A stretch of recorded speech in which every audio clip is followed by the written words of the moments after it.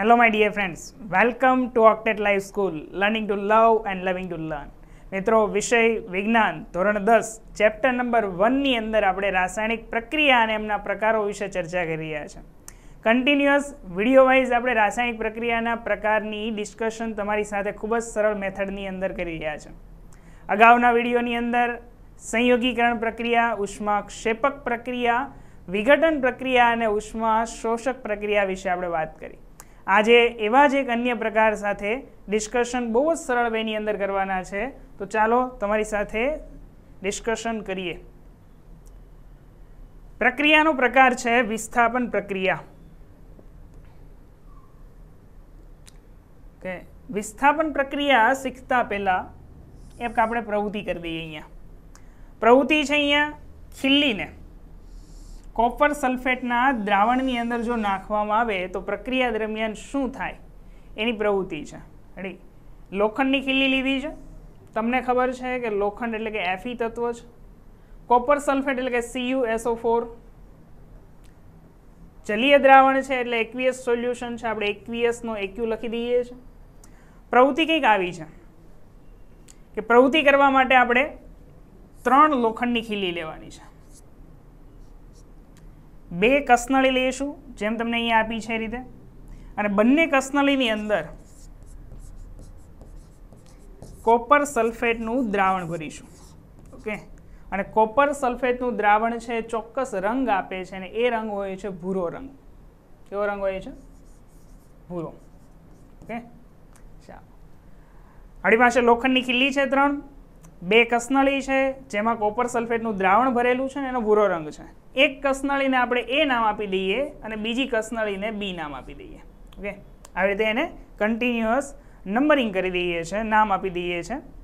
ત્યાર પછી એક કસનળીને અહીંયા સ્ટેન્ડની અંદર ગોઠવી, ત્યારબાદ એ સ્ટેન્ડ પર દોરા વડે 2 લોખંડની ખીલીને લટકાવી રાખવાની છે 20 મિનિટ જેટલી. ચલો, 20 મિનિટ બાદ પ્રક્રિયા દરમિયાન શું ફેરફાર થાય છે એના અવલોકન આપણે અહીંયા નોંધવાના છે અને એના ઉપરથી તારણ લાવવાનું છે. તો પ્રક્રિયા દરમિયાન આપણને એવું જોવા મળશે કે આ જે લોખંડની ખીલી છે એ લોખંડની ખીલી કથ્થઈ રંગની જોવા મળશે, અથવા તો તમે એમ કહી શકો કે આ તામ્રવર્ણી જોવા મળે છે. અને બીજું પણ એક અહીંયા અવલોકન થાય છે કે કોપર સલ્ફેટ રેડી છે એ ભૂરા રંગનો છે, પરંતુ જેવી રીતે પ્રક્રિયા ધીમે ધીમે આગળ વધશે એટલે આ દ્રાવણના રંગની અંદર ચેન્જીસ આવવાનો છે, અને દ્રાવણમાં ચેન્જીસ આવે છે અને એ બની જાય છે આછા લીલા રંગ જેવું. ચાલો, હવે આ પ્રક્રિયામાં આવું કેમ થયું? પહેલી જે આપણી ખીલી હતી લોખંડની ખીલી, એ કંઈક આવા પ્રકારની હતી. એમાં કોઈ જ પ્રકારનો કાટ નથી, એના ઉપર કોઈ જ પ્રકારનો રંગ નથી. જ્યારે આ પ્રક્રિયા થાય છે અને પ્રક્રિયા દરમિયાન ખીલી છે એ કંઈક કથ્થઈ રંગની બની જાય છે. જો આવા પ્રકારની. આવું કેમ થાય? દ્રાવણના રંગની અંદર પણ ચેન્જીસ થયો છે ને, કે ભૂરામાંથી આછા લીલા રંગનું દ્રાવણ બની જાય છે. આવું કેમ? તો એ જાણવા માટે આપણે તત્વોની ક્રિયાશીલતા વિશે જાણીએ. પહેલાં એક બહુ જ નાનો એવો કોન્સેપ્ટ છે, અને એ કોન્સેપ્ટને આપણે જ્યારે શીખી લઈએ ત્યાર પછી જ આપણે પ્રક્રિયાને બહુ સારી રીતે સમજી શકીશું. શું થાય છે અહીંયા? તો જો સક્રિયતા શ્રેણી જાણીએ પહેલાં.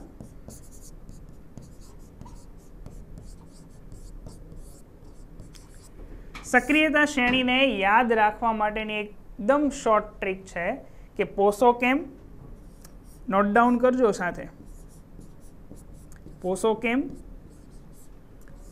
એ જ આલે, હા, કોમસિંગો. ઓકે, આવા પ્રકારની શોર્ટ ટ્રીક છે સક્રિયતા શ્રેણી યાદ રાખવા માટેની. આ એક પહેલા અક્ષર આપણે અહીંયા લીધેલા છે. પો એટલે છે પોટેશિયમ, સો એટલે સોડિયમ, કે એટલે કેલ્શિયમ, મ એટલે છે મેગ્નેશિયમ, એ એટલે એલ્યુમિનિયમ, જ એટલે ઝીંક Zn, આ એટલે છે આયન Fe, લે એટલે લેડ Pb, આ એટલે હાઇડ્રોજન H, કો એટલે કોપર Cu, મ એટલે મર્ક્યુરી Hg, સી એટલે સિલ્વર છે Ag, અને ગો એટલે ગોલ્ડ Au. એમાં સૌથી વધારે સક્રિયતા કોની છે? તો સૌથી વધારે સક્રિય અહીંયા પોટેશિયમ છે. ત્યાર પછી ક્રમશઃ જેમ જેમ આપણે આગળ વધતા જઈએ છીએ, જેમ જેમ ગોલ્ડ તરફ આગળ જતા રહીએ, તેમ તેમ સક્રિયતા ઘટતી જાય છે બાળકો. જો આ સક્રિયતા બહુ જ અગત્યની છે. આ આવડશે તો જ આપણે આ રાસાયણિક પ્રક્રિયા વિશે આગળ ચર્ચા કરી શકીશું અને એની વિશે સમજી શકીશું. ફરી એકવાર આપણે કીને દોહરાવીએ. પોસોકેમ, એ જ આલે, હા કોમસિંગો. ઓકે, સૌથી વધારે સક્રિય તત્વ કોણ છે? તો કે પોટેશિયમ છે, અને સોડિયમ એના કરતાં થોડો ઓછો સક્રિય છે. ઓકે, તમને જો ખ્યાલ હોય તો પોટેશિયમ ને સોડિયમ એટલી બધી સક્રિય તત્વ છે કે જો એને હવામાં ખુલ્લી રાખી દઈએ તો એ ઓક્સિજન સાથે પ્રક્રિયા કરીને સળગવા લાગે. જ્યારે તમે ગોલ્ડને જાણો છો, સોનું, એની સક્રિયતા સૌથી ઓછી છે ને, ક્રિયાત્મકતા ઓછી છે. એટલે સોનાને જો હવામાં આપણે ખુલ્લો રાખીશું તો એને કોઈ કાટ નથી લાગતો, એના પર કોઈ સારણ નથી થતું, એ કોઈ વાતાવરણના અન્ય તત્વો સાથે પ્રક્રિયા નથી કરી લેતું. એટલે એની સક્રિયતા કેવી છે? ઓછી છે. ઓકે, હવે આનું શું આની અંદર કામ છે? તો સક્રિયતા શ્રેણીને આધારે આપણે વિસ્થાપન પ્રક્રિયા શીખવાના છે. તો જે તત્વ વધારે સક્રિય છે, હવે આના ઉપરથી ખબર પડશે કે કોણ વધારે સક્રિય છે અને કોણ ઓછું સક્રિય છે. તો જે તત્વ વધારે સક્રિય હશે એ તત્વ ઓછા સક્રિય તત્વના સંયોજનમાંથી ઓછા સક્રિય તત્વને દૂર કરશે. ઓકે, અહીંયા આપણી પાસે પ્રક્રિયા હતી કે લોખંડની ખીલી. ચાલો, દ્રાવણની અંદર લોખંડની ખીલી એટલે કે Fe પ્લસ દ્રાવણ કોનું હતું? દ્રાવણ હતું કોપર સલ્ફેટનું, CuSO4 નું. ચલો સક્રિયતા શ્રેણી આપણે જોઈ લઈએ. સક્રિયતા શ્રેણીની અંદર Fe ક્યાં છે? તો કે Fe છે આપણી પાસે આ સ્થાને, અને કોપર ક્યાં છે? તો કોપર છે પાછળના સ્થાને. તો વધારે સક્રિય કોણ છે બંનેની કમ્પેરિઝનમાં? તો કોપર કરતાં Fe વધારે સક્રિય છે. તો વધારે સક્રિય તત્વ એ ઓછા સક્રિય તત્વને એમના સંયોજનમાંથી દૂર કરી શકે છે. એટલે કે Fe કોપરનું વિસ્થાપન કરશે અને દૂર કરી શકશે. આ એવું છે, અખાડાની અંદર એક બહુ જ પહેલવાન વ્યક્તિ હોય અને એક થોડો વીક હોય, દુર્બળ હોય, તો જે પહેલવાન વ્યક્તિ છે એ દુર્બળ વ્યક્તિને ખેંચીને ઘા કરી શકે. એટલે વધારે જેનામાં તાકાત છે ઓછાને દૂર ખેંચી નાખે છે, ફેંકી દે છે દૂર. સેમ ક્રિયા અહીંયા એવી છે કે વધારે સક્રિય તત્વ છે એ ઝડપથી ક્રિયાત્મકતા કરશે, પ્રક્રિયા કરશે, કેમ કે એની ક્રિયાત્મકતા વધારે છે. એટલે વધુ સક્રિય તત્વ એ ઓછા સક્રિય તત્વને એના સંયોજનમાંથી દૂર કરી દે છે. એટલે આ સક્રિયતા શ્રેણી ખૂબ જ અગત્યની છે, મહત્વની છે. હવે જો પ્રક્રિયા દરમિયાન શું થશે? તો Fe છે એ કોપરને દૂર ખસેડે છે. એટલે અહીંયા પ્રક્રિયા દરમિયાન કોપર છૂટો પડી જશે, Cu શું થઈ જાય છે? છૂટો પડી જાય છે. હવે Fe કોપરના સ્થાને જોડાઈ જાય છે. તમને ખબર છે કે Fe ની સંયોજકતા +2 છે અને સલ્ફેટની SO4-2. +2 - 0 થાય, એડી તટસ્થ બની ગયું. તો સંયોજન બનશે અહીંયા ફેરસ સલ્ફેટ FeSO4. ઓકે, અને ફેરસ સલ્ફેટનો રંગ હોય છે આછો લીલો.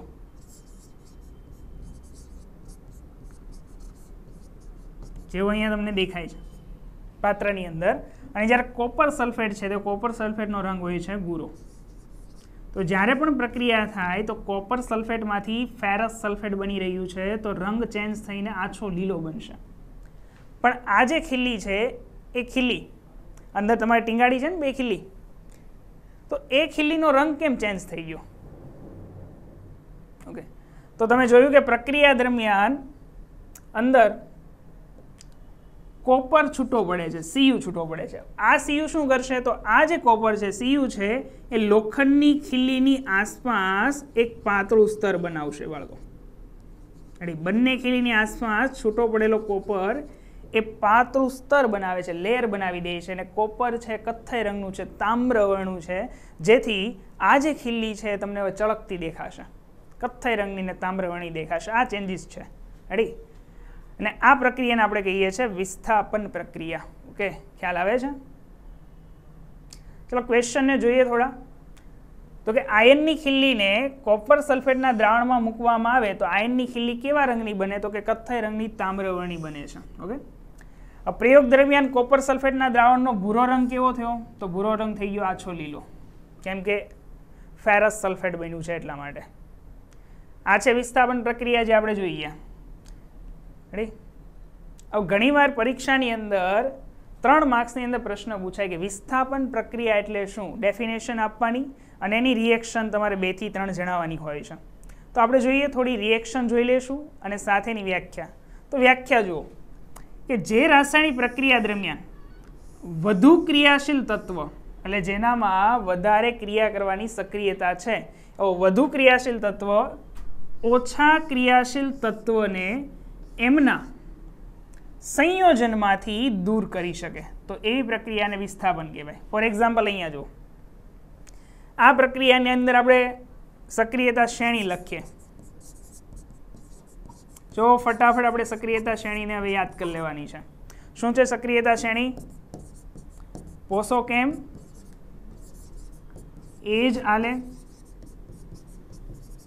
હા કોમસિંગો. ઓકે, ચાલો. આની અંદર ધાતુ કોણ છે? તો આની અંદર એક ઝીંક ધાતુ છે અને એક સિલ્વર ધાતુ છે. સિલ્વર ક્યાં છે? સિલ્વર પાછળ છે બાળકો. અને ઝીંક ક્યાં છે? તો ઝીંક આગળ છે. તો સક્રિયતા આગળના ભાગે વધારે છે. પાછળની તરફ જેમ જેમ જઈએ તેમ સક્રિયતા શું થતી જાય છે? ઘટતી જાય છે. તો ઝીંક સિલ્વર કરતાં વધારે સક્રિય છે. તો વધારે સક્રિય તત્વ એ ઓછા સક્રિય તત્વને એના સંયોજનમાંથી દૂર કરી શકશે, ખસેડી શકશે. એટલે સિલ્વર છૂટો પડી ગયો. અહીંયા છૂટો પડી ગયો સિલ્વર. હવે આ ઝીંક નાઇટ્રેટ આયન સાથે જોડાઈ જશે, એના સ્થાને ગોઠવાઈ જશે, એની જગ્યા પર આવી જશે. હવે કઈ રીતે જોડાય છે? તો ઝીંકની સંયોજકતા છે +2 અને નાઇટ્રેટ આયનની સંયોજકતા કેટલી છે? તો નાઇટ્રેટ આયનની સંયોજકતા છે -1. ઓકે, આ બંનેને ભેગા કરીને સંયોજન બનાવવું હોય તો એકબીજાની સંયોજકતા એકબીજાને આપી દેવાની. આ જે 2 લેખા છે એ નાઇટ્રેટને આપી દેવાના અને અહીંયા જે 1 છે એ 1 ઝીંકને આપી દેવાના. તો પ્રક્રિયા દરમિયાન બનશે અહીંયા Zn. ઝીંક 1, નાઇટ્રેટ કેટલા? તો કે 2. પણ નાઇટ્રેટને આપણે કાઉન્સમાં લખશું કેમ કે બહુપરમાણી આયન છે. નાઇટ્રેટને કાઉન્સમાં લખીને બહાર કરી દઈશું 2. તો આ થઈ ગયું ઝીંક નાઇટ્રેટ બની ગયું. તો લખાય છે અહીંયા ઝીંક નાઇટ્રેટ અને પાણીની અંદર દ્રાવ્ય છે એટલે એક્વિયસ સોલ્યુશન છે. ઓકે, તો આ પ્રક્રિયા થઈ ગઈ. આને જ આપણે કન્ટિન્યુઅસલી આવી 2-3 પ્રક્રિયાઓ વધારે જોઈએ કે જેથી વધારે આઈડિયા આવે. ચાલો, કેમ કે જ્યારે પણ પરીક્ષામાં 3 માર્ક્સનો ક્વેશ્ચન પૂછાય તો તમે એક રાસાયણિક પ્રક્રિયા લખો એટલે 1 માર્ક્સ પૂરો થઈ ગયો. ત્યાં ઓછામાં ઓછી 3 તો લખવી જ પડે ડેફિનેશન બાદ. ફોર એક્ઝામ્પલ અહીંયા આપી છે Feની કોપર સલ્ફેટ સાથે. તો આ તો તમને ખબર જ છે, કોપર પાછળ છે, Fe વધારે સક્રિય છે, કોપરને વિસ્થાપિત કરશે, કોપર છૂટું પડી ગયું. આ ખીલ્લીવાળી પ્રોસેસ છે અને અહીંયા બની જાય છે ફેરસ સલ્ફેટ અથવા તો એને કહેવાય છે આયન સલ્ફેટ. ઓકે, બસ આ સમજો. અહીંયા છે ઝીંક, અહીંયા છે કોપર. કોપર ક્યાં છે? હાઇડ્રોજન પછી આવે છે. હાઇડ્રોજન પછી કોપર, મર્ક્યુરી, સિલ્વર અને ગોલ્ડ આવે છે. ઓકે, અને ઝીંક ક્યાં આવે છે? હાઇડ્રોજન પહેલા આવે છે.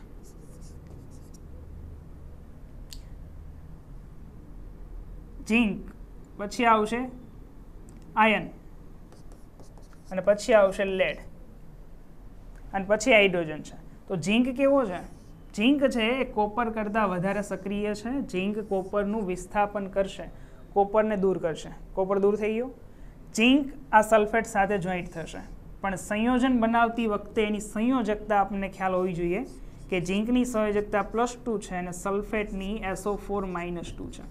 +2 -2 = 0. ન્યુટ્રલ કન્ડિશનની અંદર અહીંયા રાસાયણિક સૂત્ર બની ગયું છે.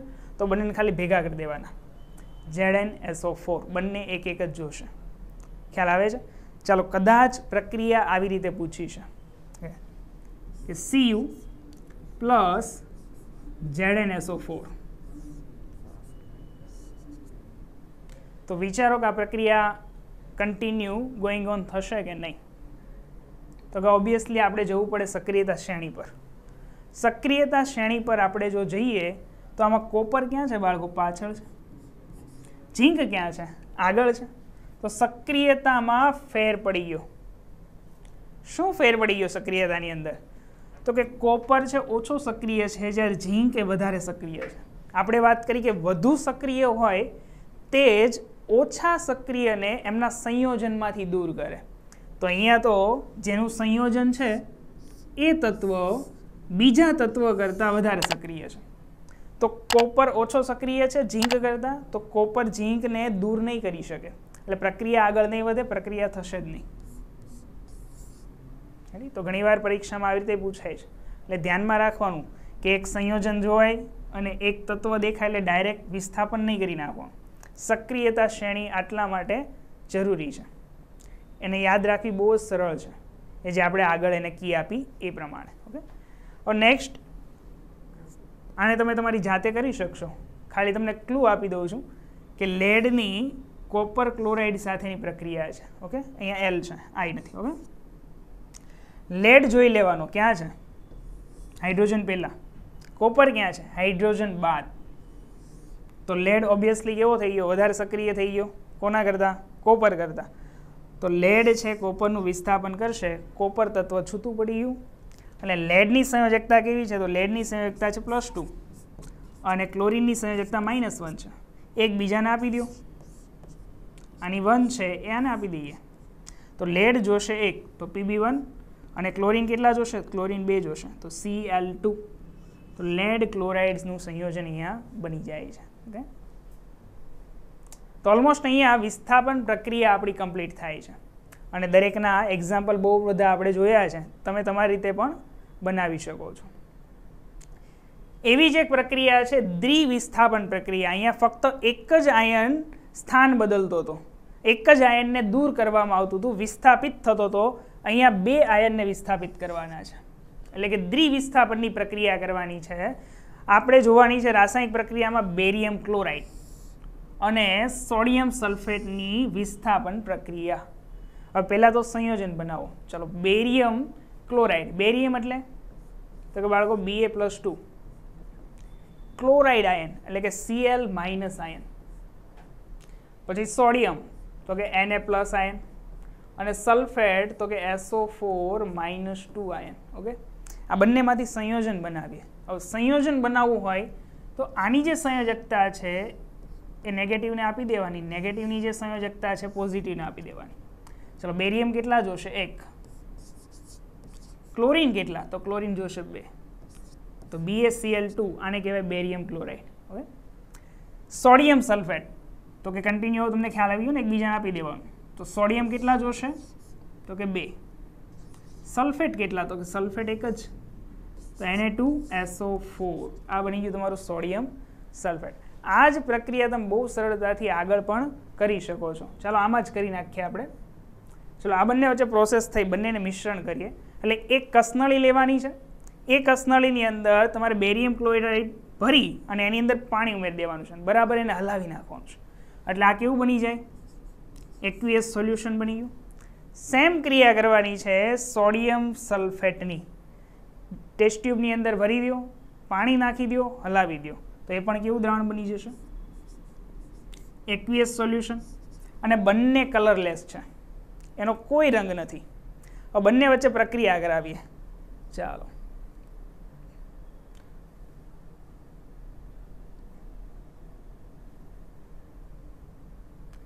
પ્રક્રિયા કઈ રીતે થાય છે? તો હંમેશા પોઝિટિવ નેગેટિવ તરફ એટ્રેક્ટ થાય છે, અને નેગેટિવ હંમેશા પોઝિટિવ તરફ એટ્રેક્ટ થતો હોય. તો કોઈ પણ સંયોજન મારી પાસે છે તો એની અંદર કયા 2 આયનો આવેલા, પોઝિટિવ છે કે નેગેટિવ છે, એને પહેલાં તમારે કાઉન્ટ ડાઉન કરવાનું. તો બેરિયમ ક્લોરાઇડની અંદર positive barium, chloride minus negative છે. સોડિયમ સલ્ફેટની અંદર સોડિયમ પોઝિટિવ છે અને સલ્ફેટ છે નેગેટિવ છે. તો પોઝિટિવ નેગેટિવ વચ્ચે એટ્રેક્શન કરવાનું છે.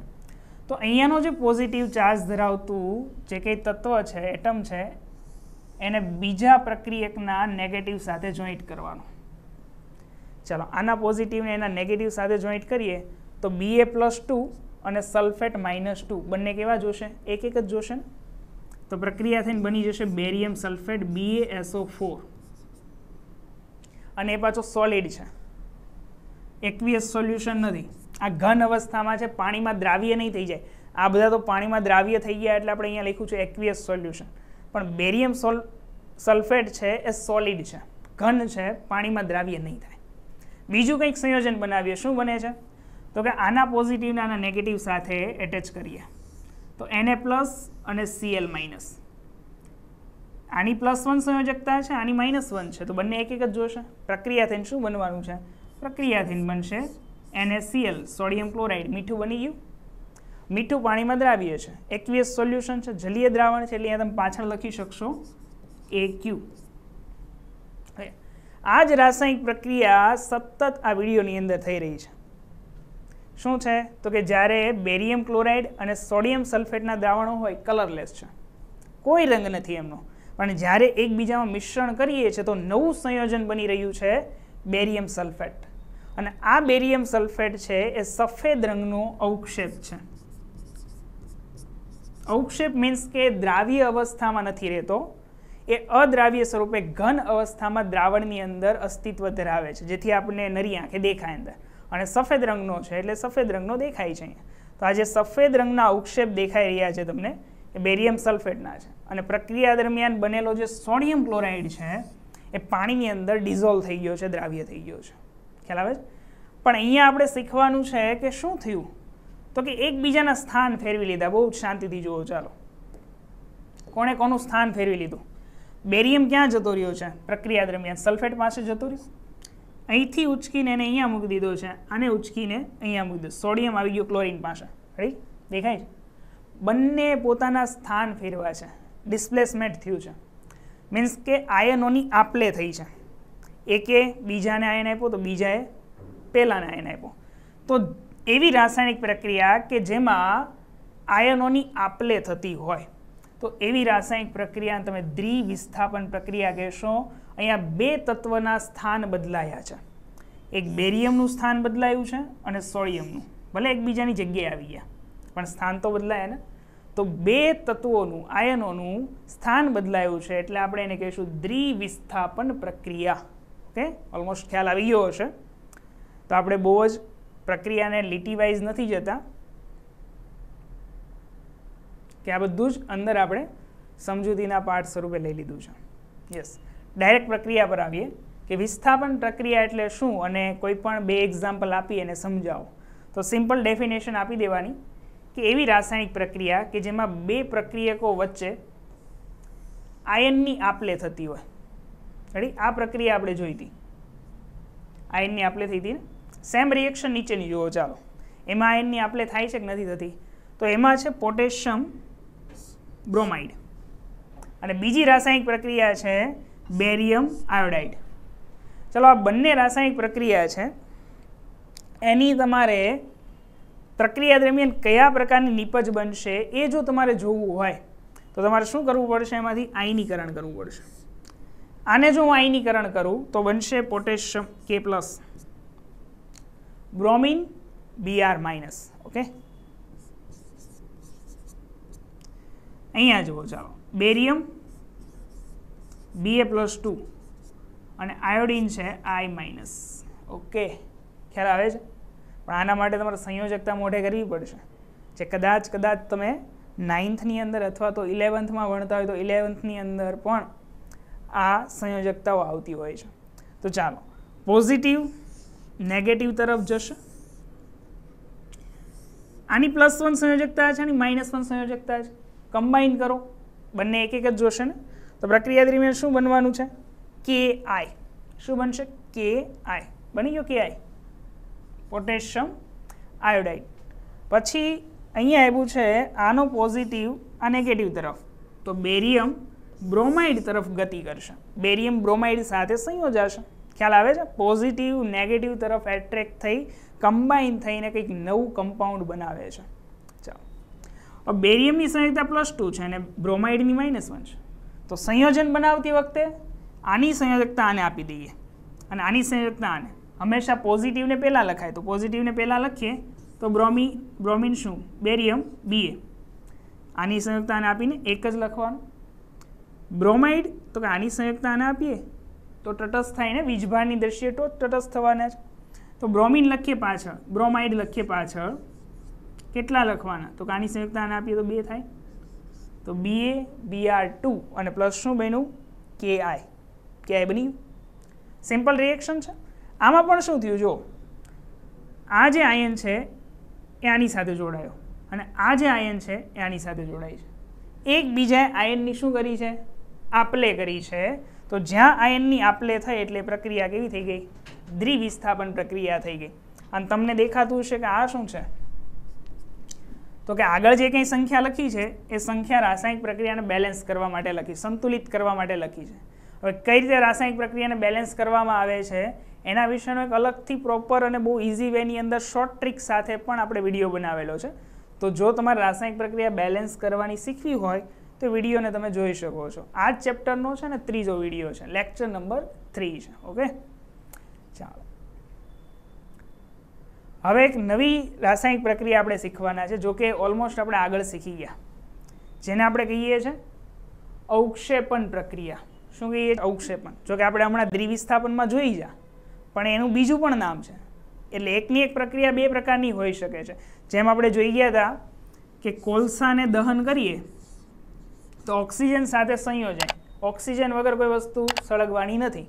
તો કોલસાની જ્યારે દહનની ક્રિયા થાય છે તો કાર્બન ડાયોક્સાઇડ ઉત્પન્ન થાય છે અને સાથે શું ઉત્પન્ન થાય છે? ઉષ્મા. જેથી કોલસો આપણે સગડીમાં વાપરતા, ટ્રેનની અંદર વાપરતા. તો આ કોમ્બિનેશન રિએક્શન છે, કેમ કે 2 તત્વો ભેગા થઈને એક નિપજ બની, તો કોમ્બિનેશન રિએક્શન તો છે જ. સાથે સાથે આની અંદર ઉષ્મા પણ ઉત્પન્ન થઈ, તો આ ઉષ્માક્ષેપક પણ છે, એક્ઝોથર્મિક રિએક્શન પણ છે.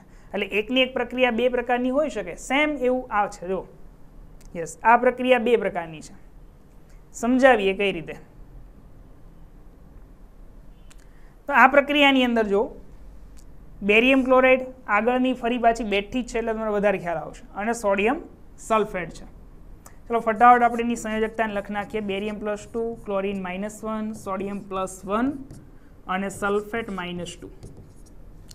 આના પ્લસને આના માઇનસ સાથે કમ્બાઈન કરો, બની ગયો બેરિયમ સલ્ફેટ. આ માઇનસને આ પ્લસ સાથે કમ્બાઈન કરીએ તો બની ગયો સોડિયમ ક્લોરાઇડ. આયનની આપલે થઈ છે, એકબીજાએ આયનની આપલે કરી છે. તો આ દ્વિવિસ્થાપન પ્રક્રિયા તો છે જ, પણ સાથે જે બેરિયમ સલ્ફેટ બન્યો ને બાળકો, એ બેરિયમ સલ્ફેટ સોલિડ છે, એ અંદર દ્રાવ્ય નથી થતો, એ આપણને નરી આંખે દેખાય છે, અવક્ષેપણ પામે છે, સીધો સામે દેખાઈ આવે છે, ઘન અવસ્થામાં દેખાય. તો જે રાસાયણિક પ્રક્રિયા દરમિયાન અદ્રાવ્ય અવક્ષેપ ઉત્પન્ન થતા હોય તો એ રાસાયણિક પ્રક્રિયાને અવક્ષેપણ પ્રક્રિયા કહેવાય, અથવા તો એને પ્રેસિપિટેશન રિએક્શન આવું પણ નામ આપવામાં આવે છે ઇંગ્લિશની અંદર. ઓકે, તો આ પ્રક્રિયા 2 પ્રકારની છે. દ્વિવિસ્થાપન છે એટલે બાય ડિસ્પ્લેસમેન્ટ રિએક્શન છે, અને બીજી આપણે કહીએ છીએ એને પ્રેસિપિટેશન રિએક્શન. ઓકે, નેક્સ્ટ પણ આપણે આવીએ, અન્ય એક એક્ઝામ્પલ લઈએ. તો અન્ય એક્ઝામ્પલની અંદર સિલ્વર નાઇટ્રેટ અને સોડિયમ ક્લોરાઇડનું મિશ્રણ છે. સિલ્વર નાઇટ્રેટ, તો સિલ્વરની સંયોજકતા છે +1 અને નાઇટ્રેટની સંયોજકતા છે -1. એવી રીતે સોડિયમની લઈ લઈએ તો સોડિયમની છે +1 અને ક્લોરાઇડની છે -1. ચાલો હવે બંને વચ્ચે પ્રક્રિયા કરાવો. તો આનો પોઝિટિવ બીજા પ્રક્રિયકના નેગેટિવ સાથે, તો AgCl બની ગયું, વીજભારની દ્રષ્ટિએ તટસ્થ બની ગયા AgCl. આના પ્લસને આના નેગેટિવ સાથે કમ્બાઈન કરીએ તો સોડિયમ નેગેટિવ સાથે કમ્બાઈન કરીએ, સોડિયમ નાઇટ્રેટ બની ગયો, સોડિયમ નાઇટ્રેટ. બટ અહીંયા ફરી પાછું ટ્રેઝરી એ છે કે આ જે સિલ્વર ક્લોરાઇડ છે એ સફેદ રંગનો છે અને પાણીની અંદર ચળકે, જેવી રીતે ચાંદી ચળકે છે એવી રીતે સિલ્વર ક્લોરાઇડ છે એ પણ આપણને ચળકતો દેખાય છે. સફેદ રંગનો અવક્ષેપ છે, દ્રાવ્ય નહીં થાય, સામો દેખાશે. તો આ પ્રક્રિયા અવક્ષેપણ પ્રક્રિયા છે, પ્રેસિપિટેશન રિએક્શન છે, સાથે સાથે બાય ડિસ્પ્લેસમેન્ટ રિએક્શન છે. ઓકે, તો બસ આ વિડીયોની અંદર આપણે ડિસ્પ્લેસમેન્ટ રિએક્શન વિશે માહિતી મેળવી. આઈ હોપ કે તમને બોર્ડની એક્ઝામ માટે આ વિડીયો ખૂબ અગત્યનો અને મહત્ત્વનો બની રહેશે. જો તમને અમારો આ વિડીયો પસંદ આવ્યો હોય તો અમારી ચેનલને લાઇક કરો, શેર કરો અને સબસ્ક્રાઈબ કરો. તો બાળકો ફરી મળીશું આવા જ વિડીયો સાથે, અને આ જ ચેપ્ટરમાં કન્ટિન્યુઅસલી તમારી સાથે ઇઝી વેની અંદર આગળ વધતા રહીશું. ત્યાં સુધી મહેનત કરતા રહ્યો, વાંચતા રહ્યો અને તમારા સક્સેસ તરફ આગળ વધતા રહ્યો. Thank you for watching. છે.